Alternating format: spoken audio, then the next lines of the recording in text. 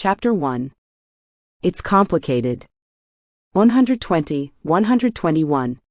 Sunlight streamed through the stained glass windows of my childhood church as I silently counted each golden rectangle. My ears perked up as I heard the guest speaker for the morning, a missionary, drop the bomb that would set the stage for an epic struggle. Casually dropping the words as if they were as natural and normal as brushing his teeth, he said, "After my morning prayer time, which usually lasts a couple of hours." Wait. What? Cue the scratching record. Did he just say he usually prays for a couple of hours? Every day? I remember scanning the room, my head on a swivel like a barn owl searching for a mouse, trying to read the faces of the people around me to see if they too were shocked and discouraged by this man's comment. Seeing no such visible signs of distress, I remember thinking, well, I must be a huge failure. The lone weirdo. The only one who struggles in this area. At that point in my life, I was lucky to pray for a couple of minutes. And certainly not every day. In fact, as I recalled my last prayer time, I seemed to remember my head lolling to one side, my eyelids drooping, and my mind wandering off right before I dropped into a light slumber. My brain raced down a dark hole of self-condemnation.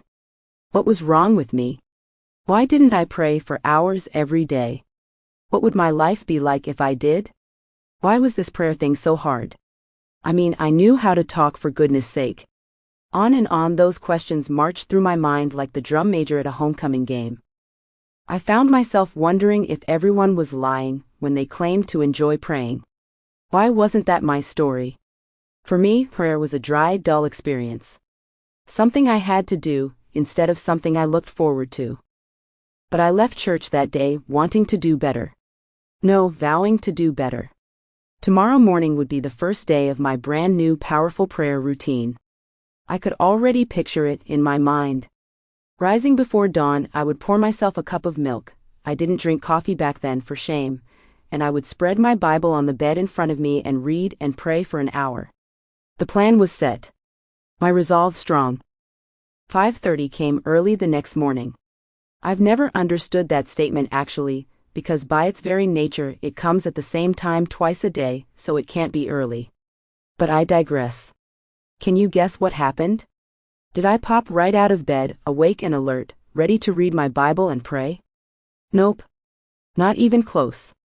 Instead, as I stared at the alarm clock with bleary, sleep-crusted eyes, it was as if my finger contained a magnet that was drawn to the snooze button. I reached over and hit it so many times, I barely had time to run out the door and make it to school before the tardy bell rang. Sample complete. Ready to continue?